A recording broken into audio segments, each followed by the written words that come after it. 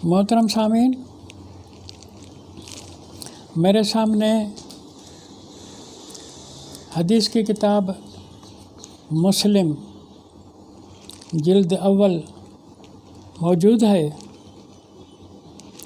اس میں ایک باب لایا ہے کتاب، یہ قدیمی کتب خانہ مقابل آرام باغ کراچی کی چھپی ہوئی ہے، اور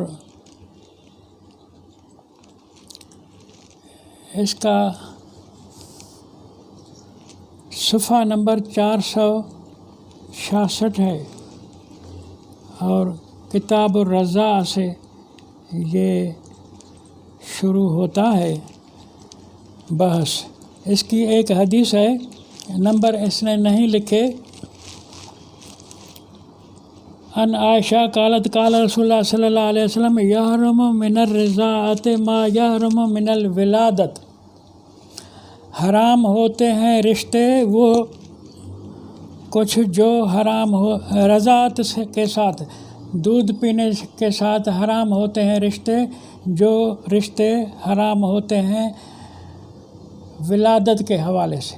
اگر ماں کو بچہ بیٹا یا بیٹی پیدا ہو، ان کے اوپر جو پھر اپنے خاندان میں رشتے حرام ہوتے ہیں، وہی رشتے بعین ہی وہی رشتے اس کی ماں کو اگر کوئی دوسری عورت کا پیدا شدہ بچہ دودھ پیتا ہے اس سے، تو اس کے اوپر بھی سارے کچھ وہی رشتہ دار حرام ہو جاتے ہیں جو اس عورت کو اپنے پیٹ سے پیدا ہونے والے بچے کے اوپر حرام ہوتے ہیں۔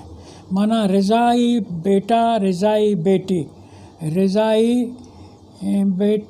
اور جو اپنے پیٹ سے پیدا شدہ بیٹا اور بیٹی، ان کے جتنے رشتہ دار پیدا ہونے کی وجہ سے پیدا ہونے والی رشتہ داری سے حرام ہوتے ہیں، وہ رضاعت کے حوالے سے، دودھ پینے کے حوالے سے بھی حرام ہوں گے۔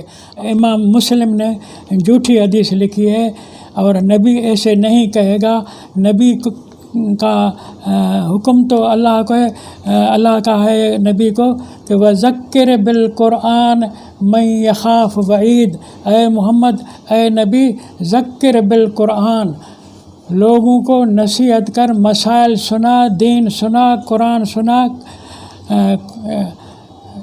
من یخاف وعید، جو لوگ ڈرتے ہوں اللہ کے وعید سے، مانا قرآن سے دین سکھاؤ، اور کسی بھی حوالے سے دین نہ سکھاؤ۔ ذکر بالقرآن، قرآن کے ذریعے مسائل سناؤ۔ تو قرآن کیا کہتا ہے؟ قرآن کی اس بارے میں رشتوں کے بارے، رضاعی رشتوں کے بارے میں قرآن کا کیا حکم ہے، کیا فیصلہ ہے؟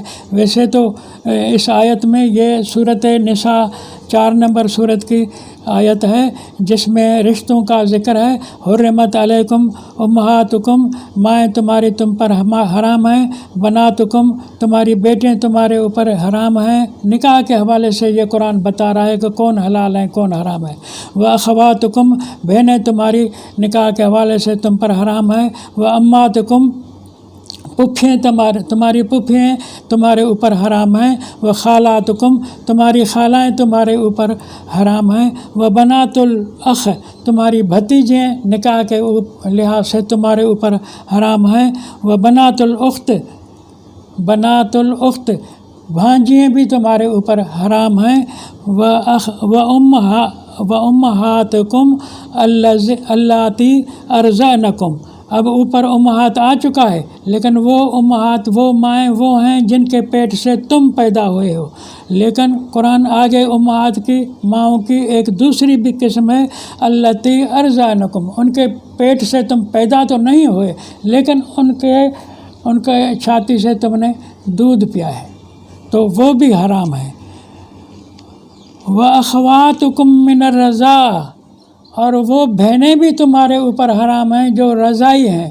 رضاعی کی معنی ایک عورت کو بچی ہے، چھاتی سے اس نے اس کو جنا ہے، وہ دودھ پلا رہی ہے، تو کسی اور پڑوس میں کسی اور عورت کی بچی ہے جو اس کی ماں اس کو دودھ نہیں پلا سکتی، بیمار ہے یا مر گئی ہے، کچھ بھی ہو، لیکن بچہ ہے، لاوارث ہے، ابھی پیدا ہوا ہے، تو وہ بھی اگر کوئی عورت دودھ پلا رہی ہے بیٹے کو، اور اس بیٹے کو جو پرائی مائی کے پیٹ سے پیدا ہوا ہے، لیکن اس کو پہلے اپنے پیٹ سے بچی بھی ہے جو دودھ پی رہی ہے، تو اس یتیم لاوارث لڑکے بیٹے کا کہ وہ جو اس کی اصلی بیٹی ہے وہ رضاعی بہن ہوگی، دودھ شریک بہن، اس کو آپ اپنی اصطلاح میں دودھ شریک بہن۔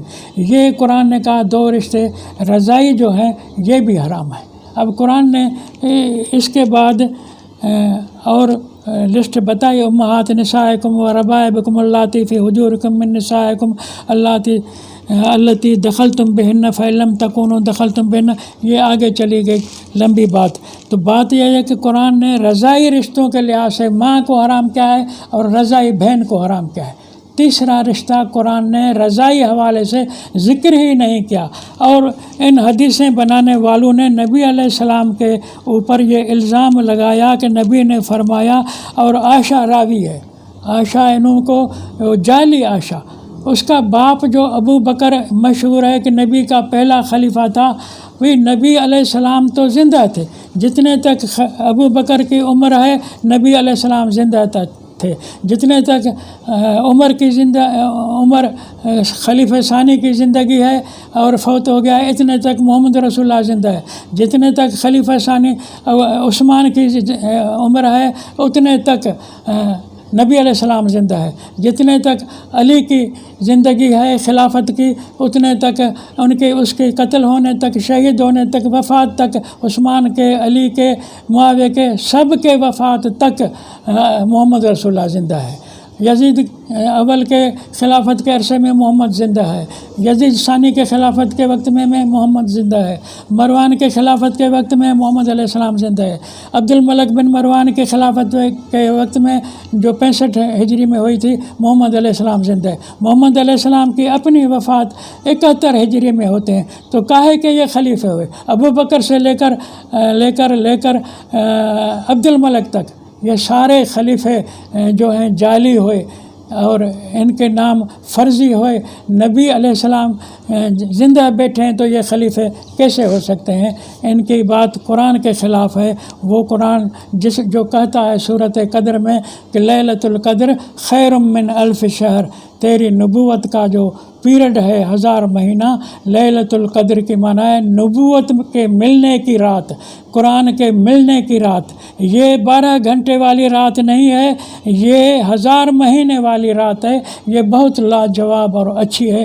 کیوں اچھی ہے؟ تنزل الملائکۃ والروح فیہا بإذن ربہم من کل امر، اسی پیریڈ میں، اسی 1000 میں ملائکہ اور قرآن نازل ہوتے رہیں گے۔ اس وجہ سے یہ رات جو ہے لیلۃ القدر والی، یہ 83 سال 4 مہینوں والی رات بہت اچھی ہے۔ تو محمد علیہ السلام 71 ہجری تک زندہ ہیں، تو یہ سارے خلیفے حدیثوں کی پیداوار ہیں، علم حدیث نے ان کا نام دیے ہیں۔